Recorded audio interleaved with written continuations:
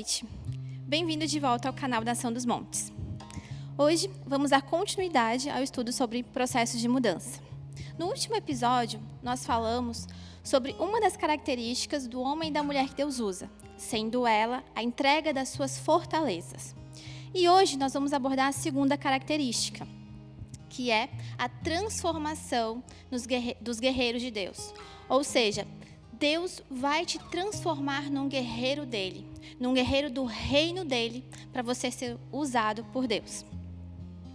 E para isso, a primeira coisa que acontece na vida é a conscientização de quem é o inimigo de Deus. Vamos lá para o capítulo... Lá 1 Pedro 5, verso 8. Sede sóbrios, vigiai, porque o diabo, vosso adversário, anda em derredor, bramando como leão, buscando a quem possa tragar. Ou seja, o diabo também está de olho na humanidade, também está passeando aí pela terra, procurando qualquer brecha para poder atrapalhar a vida dos escolhidos de Deus, para poder atrapalhar a vida dos filhos de Deus. Porque a intenção de Satanás é o quê? Sempre fazer com que os planos de Deus não se cumpram na sua vida, seja na vida de quem decide seguir a Deus.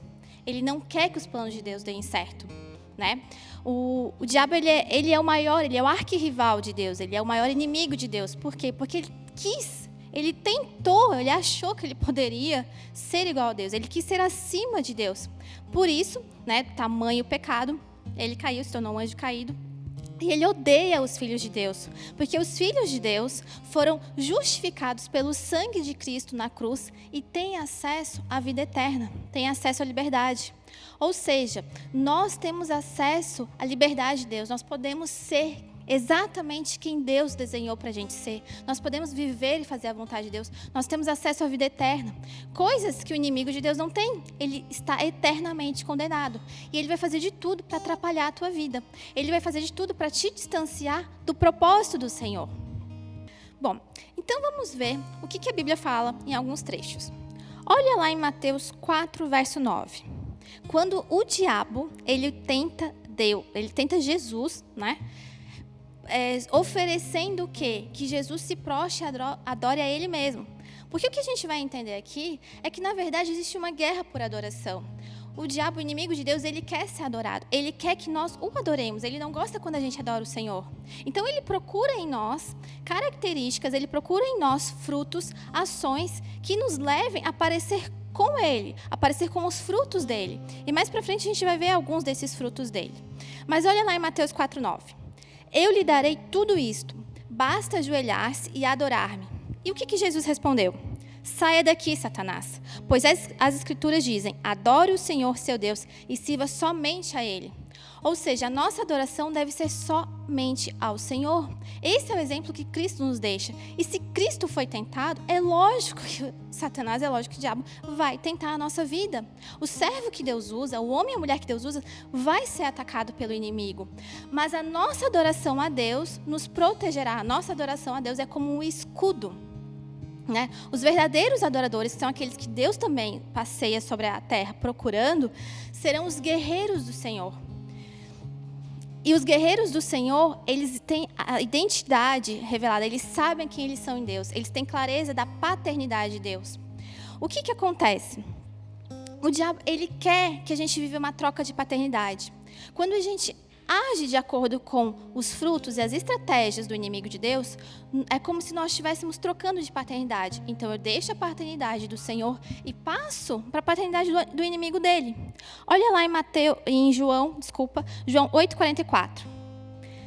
Quando mente, fala a sua própria língua, pois é mentiroso e pai da mentira.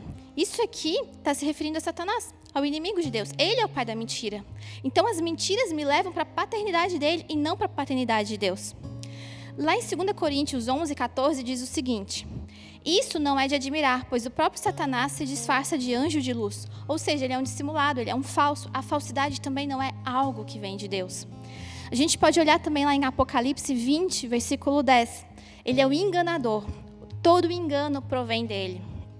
Ações enganosas nos levam à paternidade do inimigo de Deus e nos afastam da paternidade de Deus. E quando eu me afasto da paternidade de Deus, eu perco a proteção dele, eu perco o escudo dele, eu perco a minha identidade de filho, que ele me revelou lá em Efésios 2. Né?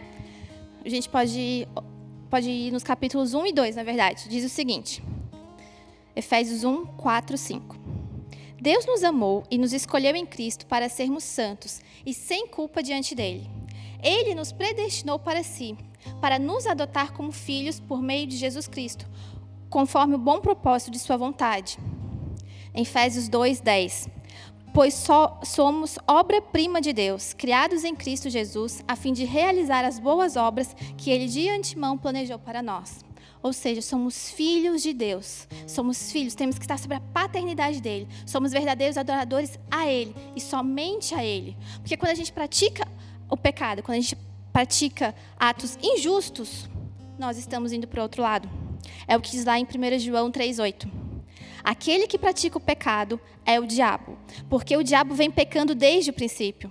Para isso, o Filho de Deus se manifestou, para destruir as obras do diabo. Desta forma, sabemos quem são os filhos de Deus e quem são os filhos do diabo. Quem não pratica a justiça não procede de Deus, tampouco quem não ama o seu irmão. Ou seja, mais uma vez Deus está falando do amor. O constrangimento do amor de Deus, o amor que ele revela em nós e nós passamos a dar aos outros, isso é uma prática de justiça de Deus, isso é uma prática de adoração a Deus. Isso nos mantém na paternidade de Deus. Mas quando nos afastamos disso, estamos abrindo porta para outra paternidade. E o verdadeiro guerreiro de Deus, ele não abre mão da paternidade de Deus. Ele se mantém em constante adoração ao Senhor. Isso a gente pode ver na vida de Davi. Davi foi um verdadeiro adorador e um excelente guerreiro. Eu gosto muito da passagem de Davi com Golias, quando ele fala assim, está lá em 1 Samuel 17, 26. Quem é esse incircunciso para desafiar o exército do Deus vivo? Ou seja, Davi não estava preocupado se Golias estava desafiando a ele. Ele não estava preocupado com o nome dele. Mas o quê? Você está falando do meu Deus? Você está desafiando o meu Deus? Cara, tu vai cair. Não adianta desafiar o soberano. Não adianta desafiar o Criador. E quer saber? Eu vou guerrear. Eu vou nessa batalha. Porque você pode até falar mal de mim, mas tu não fala do meu Deus. Eu penso muito assim, na verdade, há um tempo atrás, aconteceu uma situação na minha vida. E envolvia uma outra pessoa também. E, enfim, aconteceu algo, teve um desentendimento, e meio que eu saí em defesa dessa pessoa. Falei assim, olha, mas não, a culpa não foi dele, e, né, eu queria defendê-lo. E aconteceu também que essa pessoa saiu em minha defesa, olha, também não foi culpa dela. Né? A situação se deu dessa forma, mas não foi culpa dela. Então, um saiu em defesa do outro. E eu lembro que nessa época, Deus ministrou muito no meu coração. É isso que acontece com aqueles que se relacionam comigo, com aqueles que são os meus verdadeiros filhos, os meus verdadeiros guerreiros. Eu pelejo por eles, eles pelejam por mim.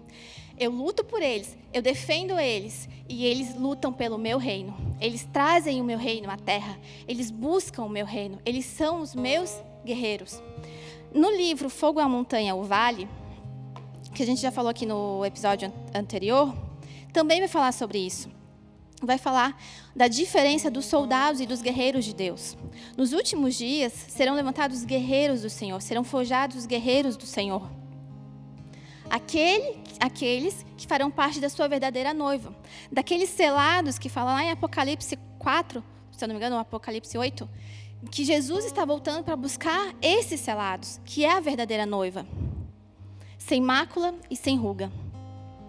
Então, o que a gente compreende aqui é que Deus, quando Ele vai te usar, quando Ele te escolhe, quando Ele te chama, Ele também vai te transformar num guerreiro. Ele vai fazer você ter consciência de quem é o inimigo. Ele vai fazer você ter consciência de quem você é nele, da paternidade que está sobre você. Ele vai te dar armas para você guerrear. Ele vai te dar armas nessa batalha. E aqui a gente tem a revelação da armadura de Deus, nós temos a revelação da tocha, a revelação da espada. Tudo isso são armas que o Senhor nos dá para as batalhas que temos que enfrentar em prol do reino dEle. À medida que a gente se relaciona com Ele, à medida que a gente conhece a Deus, e aí para você que ainda não assistiu a série Conhecendo a Deus, vale a pena assistir.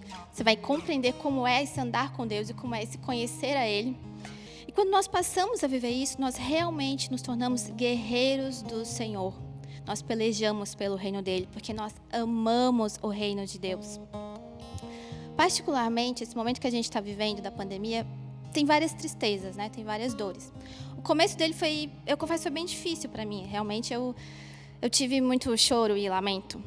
Mas, depois de certo tempo, isso tem se transformado numa certa alegria e numa certa esperança, porque agora eu sei que essa cultura hedonista, que esse reino hedonista está caindo por terra e está vindo o reino de Deus. E é como se eu tivesse de um time torcendo, yes, agora é o reino de Deus, ele está vindo, ele está voltando, ele está vindo buscar a sua noiva, eu sou a noiva dele. Isso que me importa, isso alegra os meus dias, né? Por mais que a gente sabe de todo o sofrimento e a gente intercede por isso também. A gente quer que o amor do Senhor alcance as pessoas, mas, por outro lado, saber que o reino de Deus está vindo, que vai imperar e que o reino dele é cheio de amor, bondade, esperança e justiça, nos conforta, nos alegra. Os verdadeiros servos de Deus, os verdadeiros filhos de Deus, aquele que ele está buscando, aquele que ele está percorrendo a terra com os seus olhos, né, para encontrar os verdadeiros fiéis dele, são esses que se alegram pelo seu reino, são esses que batalham pelo seu reino. Uma outra característica que acontece quando a gente é transformado em guerreiro de Deus é que nós passamos a participar da cocriação deles. Porque Deus, ele gosta de cocriar com a gente, ele gosta de trabalhar em parceria, ele trabalha com cooperação, com compartilhamento. E existe uma ministração, a gente vai deixar o link aí na descrição do YouTube, do pastor Luiz Hermínio, sobre a pedagogia de Deus. E ele explica isso muito claramente, como que é essa estratégia que Deus tem com os seus guerreiros. Ele vai montando uma estratégia junta com os seus guerreiros para que vençam as batalhas. Nós passamos a cooperar com Deus, nós passamos os nossos pensamentos, as nossas vontades, né, as nossas ideias, Deus começa a trabalhar isso em conjunto com Ele para operar para o seu reino. Os guerreiros de Deus vivem isso, porque os guerreiros de Deus se relacionam com sabedoria. Os guerreiros de Deus conhecem sabedoria, né, que está lá em Provérbios 8. Eles se apaixonam por sabedoria, eles passam a se relacionar. Com a sabedoria vem o quê? Vem o discernimento também. E aí vem saber a hora de ir para a linha de frente, a hora de recuar, a hora da guerra silenciosa, a hora da guerra do grito. São estratégias diferentes, são momentos diferentes. Existe uma ministração, se eu não me engano, do pastor Tahayashi, ou ele comentou isso numa live, que atualmente nós vivemos uma guerra de discursos, né? E aí eu comecei a pensar a respeito, e para mim ficou evidente isso com algumas situações que são bem cotidianas hoje. Por exemplo, a questão das fake news e a questão da pós-verdade, né? Os termos que são utilizados, como eles são manipulados, enfim, são assuntos bem mais profundos. A ciência é uma coisa que a área da ciência da informação estuda bastante. E aí eu comecei a pensar a respeito assim, poxa, mas essa questão da pós-verdade, né? E o que é a questão da pós-verdade? De forma bem simplista. É quando as minhas crenças, quando a minha vontade, quando o meu achismo passa por cima dos fatos, passa por cima daquilo que é considerado a verdade. Então a ciência, sei lá, comprovou que a Terra é redonda, e aí agora eu vou achar que a Terra é plana. E eu quero achar. E pronto. E não me importa o que é a verdade, me importa simplesmente o que eu acredito. Isso me lembra muito essa questão do egoísmo e do egocentrismo que nós vivemos e que nós temos que deixar cair, nós temos que entregar como uma fortaleza para Deus. Mas também me lembrou uma outra coisa. Para combater essa questão da pós-verdade, uma das abordagens da ciência é a competência crítica da informação. E a competência crítica da informação diz o seguinte: olha, a coisa está tão bagunçada, o pessoal se perdeu tanto, as pessoas já não sabem mais o que é verdade e o que é mentira, que a gente precisa retornar à filosofia clássica. A gente precisa retornar ao conceito de verdade, entender o que é verdade, para poder começar a discernir. Enquanto eu estava numa reunião de um grupo de pesquisa, numa palestra a respeito disso, Deus começou a ministrar no meu coração. Mas a verdade sou eu. A verdade é uma pessoa. A verdade tem uma palavra que Ele deixou. Então, na verdade, nós devemos voltar para Ele.